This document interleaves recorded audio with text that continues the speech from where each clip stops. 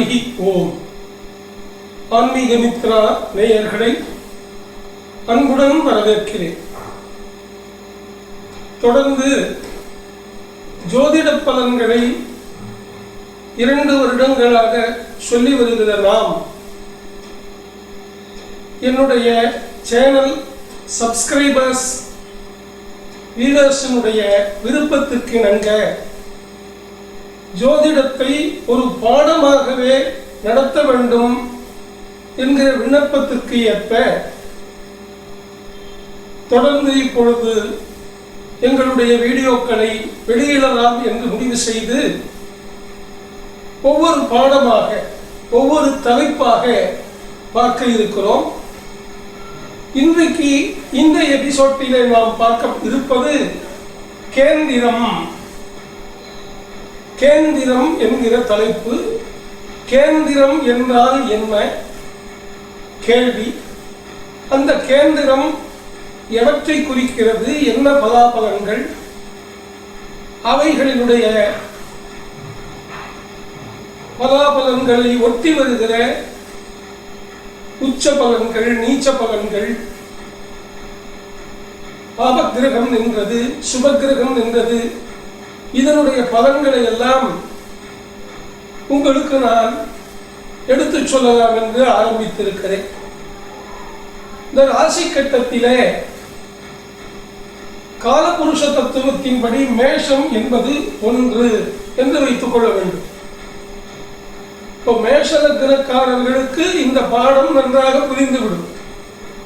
அப்போ ரிஷப லக்னத்துக்காரன் என்ன பண்ணணும், ரிஷபத்தை 1ன்னு வச்சுக்கணும். மிதுன லக்னத்துக்காரங்க மிதுனத்தை 1ன்னு வச்சுக்கணும். இப்படியே தன்னுடைய லக்னம் என்ன, உங்க வீட்டில் உங்க ஜாதகம் இருக்கும், அந்த ஜாதக நோட்டை எடுத்து பார்த்து அதிலே லா என்று குறிப்பிட்டிருக்கும், அல்லது ஆங்கிலத்திலே ASC என்று போட்டிருப்பார்கள். லக்னம் என்பதுதான் உயிர், ஆத்மா, நீங்கள். இதையும் ஒரு கேந்திர வீடாகவே எடுத்துக்கொள்ள வேண்டும். அந்த 1ஆம் வீட்டில இருந்து 4ஆம் வீடு, அடுத்தது 7ஆம் வீடு, அடுத்தது 10ஆம் வீடு. 1வது லக்ன கட்டம். 1லிருந்து எண்ணினா 4, 4லிருந்து எண்ணினா 1, 2, 3, 4 7வது கட்டம். அங்கிருந்து 4 எண்ணினா 10வது கட்டம். 1, 4, 7, 10. இப்ப திரிகோணத்திலே 5, 5ன்னு வரும். இங்கே 4 என்று எடுத்துக் கொள்ளப்பட்டிருக்கிறது. இதை கேந்திரங்கள் என்று சொல்லுகிறோம். 4ஆம் இடம், 7ஆம் இடம், 10ஆம் இடம், இந்த 3ஐயும் கேந்திர ஸ்தானங்கள். என்ன லக்னம்? இந்த லக்னம் என்பது மூலத்திரிகோணத்திலும் வருகிறது, காமத்திரிகோணம் எடுப்பதற்கு உதவியாயிருக்கிறது. லக்னத்தை வைத்துத்தான் ஜோதிட கணக்கே. சந்திரனை வைத்து இந்த உடம்பை பற்றி சொல்லலாம், உடம்பின் உறவுகளை சொல்லலாம். ஆனால் உங்கள் உயிரை, ஆத்மாவை, உங்களுடைய பாப புண்ணியங்களை, உங்களுடைய முன்ஜென்மங்களை, பலாபலன்களை சொல்ல வேண்டும் என்றால் லக்னம். எனவே லக்னம் என்பது ஒரு கேந்திரம். ஆனால் 4, 7, 10 என்கிற கேந்திரங்களை குறிப்பாக கேந்திர பாடத்திலே ஜோதிட உலகம் ஏற்றுக்கொண்டிருக்கிறது. லக்னத்துக்கு 7வது வீட்டிலே திக்பலம் பெற்ற ஒன்று இருக்குமே, ஆனால் அது தீய பலனை தந்து விடுகிறது. 7ல் சனி இருக்கலாம், சனிக்கு அது திக்பலம். ஆனால் லக்னத்தில் நின்ற குரு 7ல் போய் நிற்பாடையானால் அவர் சுப பலன்களை தருவதில்லை என்று பெரியோர்கள் சொல்லி இருக்கிறார்கள். இப்ப பொதுவா இந்த கேந்திரங்கள் அப்படின்னா என்ன அப்படின்னு பார்ப்போம்னா, ஒரு வீடு, ஒரு வீட்டுக்கு பில்லர் மாதிரி, அதாவது தூண்கள், 4 தூண்கள் சேர்ந்தது ஒரு வீடு. Main pillars. அதுக்கு மேல கூரை. மூலத்திரிகோணம் என்பது கூரை போல, காமத்திரிகோணம் என்பது பெல்ட் பீம். ஆனால் இந்த கட்டடத்துக்கு ஒரு கட்டடத்துக்கு எப்படி பில்லர் ரொம்ப முக்கியமோ அப்படி பில்லர் போல இருப்பதுதான் 1, 4, 7, 10 என்கிற கேந்திரங்கள். இந்த கேந்திரங்கள் சிறப்பாக இருக்க வேண்டும். பொதுவாக லக்னம் என்பது உதயம் என்று கொண்டால் அது கிழக்கிலே உதிக்கிற ஒரு சூரியனை போலே லக்னம் வலுத்திருக்க வேண்டும், லக்னாதிபதி வலுத்திருக்க வேண்டும், லக்னாதிபதி நின்ற சாரம் சுபராக இருக்க வேண்டும். லக்னத்துக்கு சுபருடைய பார்வைகள் தேவை. ஒரு ஜோசியம் பார்க்கறதுன்னா இப்படிதான். லக்னம் எது, லக்னத்தில் நின்றவன் யார், அவனுடைய ஆதிபத்தியம் என்ன, காரகத்துவம் என்ன, அது 1ஆம் பாவகம், அந்த 1ஆம் பாவகத்திலே நின்ற கோள்கள் எந்த நட்சத்திரத்தினுடைய சாரத்திலே என்ன நட்சத்திர சாரம் கண்டுபிடிச்சா அதனுடைய கோள் பலத்தையும் கண்டுபிடிச்சு விடலாம் இல்லையா? அதனாலே அப்படி சொல்லி இருக்கிறார்கள். அடுத்தது, இந்த லக்னாதிபதியை உதயம் என்று வைத்துக் கொண்டால் இந்த 1, 4, 7, 10 என்பது வரிசையாக இப்ப 10ஆம் இடம் என்பதுதான் உச்சம். மத்தியானம் மாதிரி உச்சி வெயில். 1 கிழக்கே உதயம், 10 என்பது உச்சம், 7 என்பது தொலைவாக இருப்பது. லக்னத்துக்கு பக்கத்துல 4 வீட்டுல 10ம் 4ம் வந்து விடுகிறது. 7 என்பது தொலைவில இருக்கிறது. அது அஸ்தமனம் போலே. இதில் நட்பு, சமம், பகை அந்த கிரகங்கள் எப்படி பெற்றிருக்கின்றன என்பதை பார்த்து பலன் சொல்ல வேண்டும்.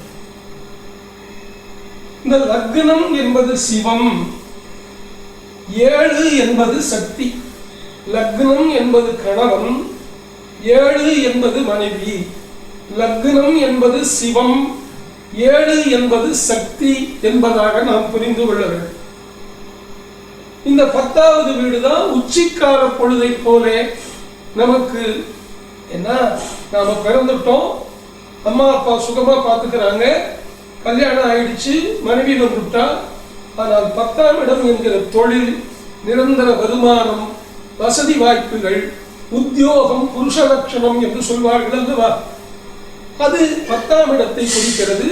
இதையே நீங்கள் பெண்களும் பொருத்தி பார்த்துக் கொள்ளலாம். கணவன் என்கிற வருகிற இடத்துல எல்லாம் மனைவி என்று போட்டுக் கொள்ளுங்கள், மனைவி என்று வருகிற இடத்திலெல்லாம் கணவன் என்று போட்டுக் கொள்ளுங்கள். அதாவது 4வது இடம்தான் பூமி, ஃப்ளோர், அடிப்படை. அது இரவை குறிக்கிறது, நல்ல தூக்கம், நிம்மதியான காலம். 10ஆம் இடம் உச்சி பொழுது காலம். எனவே இங்கே நாம் இந்த 4ஆம் இடத்துல ரொம்ப சேஃப்டியா, செக்யூரிட்டியா நாம ஃபீல் பண்றோம் இல்லைங்களா? அடுத்தது, இப்ப இந்த கட்டத்துல பிளஸ் மைனஸ் போட்டிருக்கேன், நீங்க கொஞ்சம் கூர்ந்து கவனிக்கணும். லக்னத்துக்கு அடுத்த கட்டம் பிளஸ், 3வது கட்டம் மைனஸ், 4க்கு அடுத்த கட்டம் பிளஸ், அதுக்கு அடுத்த கட்டம் மைனஸ், 7க்கு அடுத்த கட்டம் பிளஸ், அடுத்த கட்டம் மைனஸ், 10 அடுத்த கட்டம் பிளஸ், அடுத்த கட்டம் மைனஸ். பிளஸ்னா லாபம், மைனஸ்னா நஷ்டம். இப்படியும் அர்த்தம் செய்து கொள்ளலாம். இந்த 4 மூல கட்டங்களும் உபயஸ்தான வீடுகள் 4ம், உபயராசிகள் 4ம் மைனஸ்ல வந்திருக்கிறத பாருங்க. இந்த பிளஸ் 1க்கு 7ஆம் இடத்துல இருக்கிறத பாருங்க. அல்லது உங்க லக்னத்தை 1, 4, 7, 10 பிரிச்சுக்கிட்டு 1க்கு அப்புறம் வலவோட்டு ரீதியில பிளஸ் மைனஸ் போட்டுட்டு வந்தீங்கன்னா உங்களுக்கு புரியும். அதே மாதிரி சாராவளி என்று ஒரு ஜோதிட நூல் இருக்கிறது. அந்த சாராவளி என்கிற நூலிலே ஒரு கட்டத்திலே சூரியனும் புதனும் இந்த கேந்திரங்கள்ல இணைஞ்சிருந்தா என்ன பலன் என்பதை விசேஷமாக சொல்லி இருக்கிறார்கள். அதை நான் தனியாக ஒரு பதிவினை இடலாம் என்று இருக்கிறேன். ஏற்கனவே சொன்னது போல கேகானம் என்பது, மூலத்திரிகோணம் என்பது மேல் கூரை, இந்த கேந்திரம் என்பதுதான் பில்லர். எப்படி ஒரு பில்டிங் நிக்கிறதுக்கு பில்லர் ரொம்ப இம்பார்ட்டண்டா அவசியமா இருக்கோ, அது மாதிரி ஒரு ஜாதகத்துக்கு கேந்திரம் சுத்தமாகவோ சுபக்கிரகங்களால் அமைக்கப்பட்டோ அல்லது அசுப கிரகங்கள் நின்றாலும் சுபரசாரத்திலே வலுப்பெற்றிருந்ததேயானால் அந்த ஜாதகம் நல்ல ஜாதகம். கேந்திரத்திலே அமரக்கூடிய பாவிகள், அதாவது சூரியன், செவ்வாய், சனி, ராகு, கேது ஆகியவர்கள் நல்ல சக்தியை பெற்று விடுகிறார்கள். எனவே கேந்திரத்தில் அமர்ந்த பாவிகள் நன்மை செய்ய மாட்டார்கள் சொல்லக்கூடாது. அவர்கள் சுபாவத்திலே பாவிகளாக இருந்தாலும் கேந்திரத்திலே இருக்கிற போது நல்லவர்களாக மாறிவிடுகிறார்கள். அதே மாதிரி நீங்க பார்த்தீங்கன்னா ஒவ்வொரு ராசிக்கும் அந்த கேந்திரத்திலே நின்ற கிரகம் ஒன்னா பகையா வரும் அல்லது நட்பா வரும். 2 கிரகம் நட்புன்னு வரும், 2 கிரகம் பகைன்னு வரும். சில நேரத்திலே 1, 2 சமம் என்று வரலாம். நட்பும் பகையும் தான் அதிகமாக வரும். இப்ப மிதுனம், அடுத்தது தனுசு. இந்த மிதுனம் புதனுடைய வீடு, தனுசுக்கு மீனம் குருவினுடைய வீடு. பரஸ்பரம் இவர்களுக்கு 7ஆம் அதிபதி பாதகாதிபதியாக வந்து விடுவார்கள். அங்கே சற்று எச்சரிக்கையாக அந்த ஜாதகத்தை பார்த்து பலன் சொல்ல வேண்டும். இங்க குருவினுடைய வீட்டிலே இருக்கும்போது குருவும் புதனும் நடத்துவார்கள். புதனுடைய வீட்டிலே கேந்திரம் அமைந்தது என்றால் புதனும் குருவும் நடத்துவார்கள். மற்ற வீட்டுகளுக்கு 2க்கு மேற்பட்ட கிரகங்கள் அந்த வீட்டை வழிநடத்தும். ஆனால் தனுசு, மீனம், கன்னி, மிதுனத்துக்கு புதனும் குருவும் மட்டும்தான் வழிநடத்துகிற அதிகாரிகளாக இருப்பார்கள். அடுத்தது இந்த ஜோதிடத்திலே விதிகள் இருக்கின்றன. விதி விலக்கு என்பதும் இருக்கிறது. எல்லாத்தையும் விதிக்குள்ள கொண்டு வர முடியாது.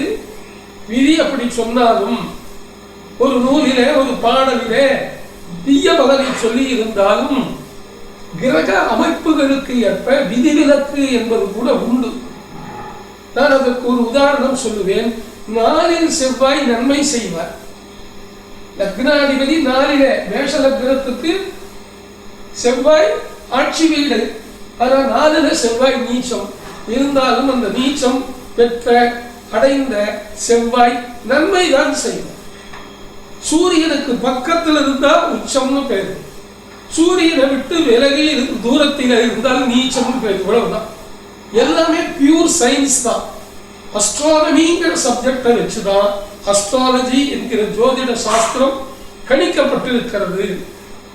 இதை நாம சொல்வது சத்துரு கேந்திரங்கள் அப்படின்னு சொல்லுவோம். சத்துரு கேந்திரங்கள், சத்துருதான் 4 கேந்திரங்கள்.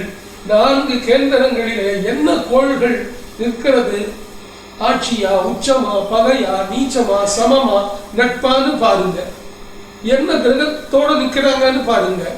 அங்க இருக்கக்கூடிய ஒவ்வொரு கிரகமும் யாருடைய சாரம் பெற்றிருக்கிறார்கள்னு பேருங்க. இடம் கொடுத்த வீட்டோனும் சாரம் கொடுத்த வீட்டோனும் எங்கே இருக்கிறார்கள், என்ன நிலையிலே இருக்கிறார்கள் என்று பாருங்கள். நட்சத்திரம், சாரம், உபநட்சத்திராதிபதி, உபநட்சத்திராதிபதி என்று பார்த்து விட்டோமே என்றால் நமக்கு ஜோதிடம் பிடிபட்டு விடும். ஜோதிடம் கற்றுக்கொண்டா ரொம்ப ஈஸி. ஆனால் சாதாரண சம்பந்தம் இல்லாத ஒருவர் முழு ஜோதிடத்தையும் கற்றுக்கொண்டு தன்னுடைய ஜாதகத்தை பார்த்து மனமுடிந்து போய்விட்டார் என்றால் அதுக்கு வேறு வழி இல்லை. எனவே அவசியம் இருக்கிற தலைப்பை மட்டும் நீங்கள் ஆய்வு செய்ய வேண்டும். எல்லாத்தையும் ஒரு தடவை கேளுங்க.